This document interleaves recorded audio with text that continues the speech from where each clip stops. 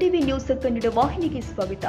ಲಕ್ಷ್ಮಿ ಹೆಬ್ಬಾಳ್ಕರ್ ಅವರಿಗೆ ಅಪಘಾತವಾಗಿರುವ ಬಗ್ಗೆ ಮಾಧ್ಯಮಗಳು ಕೇಳಿದ ಪ್ರಶ್ನೆಗೆ ನೋ ಕಮೆಂಟ್ಸ್ ಎಂದು ರಮೇಶ್ ಜಾರಕಿಹೊಳಿ ಹೇಳಿದ್ದು, ಅದನ್ನು ಬಿಟ್ಟು ಬೇರೆ ವಿಷಯ ಕೇಳಿ ಎಂದಿದ್ದಾರೆ.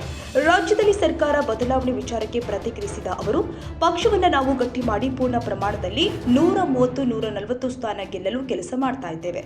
2028ಕ್ಕೆ ಆಗುತ್ತದೆಯೋ ಅಥವಾ ಅದಕ್ಕಿಂತ ಮೊದಲು ಚುನಾವಣೆ ಆಗುತ್ತದೆ ಅಂತ ಗೊತ್ತಿಲ್ಲ ಎಂದಿದ್ದಾರೆ. ಸಿಟಿ ರವಿ ಪ್ರಕರಣದಲ್ಲಿ ಅವರು ಬಳಸಿರುವ ಶಬ್ದಕ್ಕೆ ನನ್ನ ತಕರಾರು ಇದೆ, ಅದಕ್ಕೆ ನನ್ನ ಸಹಮತವಿಲ್ಲ. ಆದರೆ ಅವರು ನಾನು ಆ ರೀತಿ ಮಾತನಾಡಿಲ್ಲ ಎಂದಿದ್ರು. ಹಿಂದೆ ಇಂದಿರಾ ಗಾಂಧಿ ಅವರ ಬಗ್ಗೆ ಸಿಎಂ ಇಬ್ರಾಹಿಂ ಏನ್ ಬೇಕಾದರೂ ಮಾತನಾಡಿದ್ರು.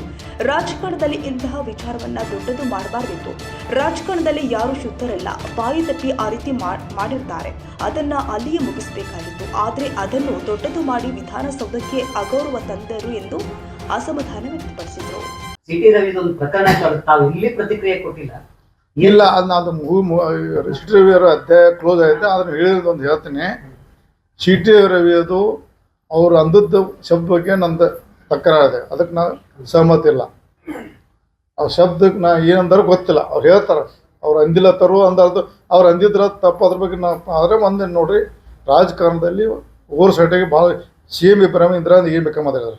CM ಇಬ್ರಾಹಿಂ ನಡೆದಾಗ ಇಂದಿರಾ ಗಾಂಧಿ ಪ್ರಧಾನಮಂತ್ರಿದಾಗ CM ಇಬ್ರಾಹಿಂ ಪದೇ ಅವ್ರು ತೆಗೆದು ನೋಡಿ, ಹಿಂದಿ ಕ್ಲಿಪಿಂಗ್ ನೋಡ್ರಿ. ರಾಜಕಾರಣದಲ್ಲಿ ಓವರ್ ಸೈಡ್ ಮಾತಾಡೋದು ದೊಡ್ಡ ವಿಷಯ ಅಲ್ಲ, ದೊಡ್ಡದು ಮಾಡಬಾರ್ದು, ಅದು ಮುಗಿಸ್ಬೇಕಷ್ಟೆ.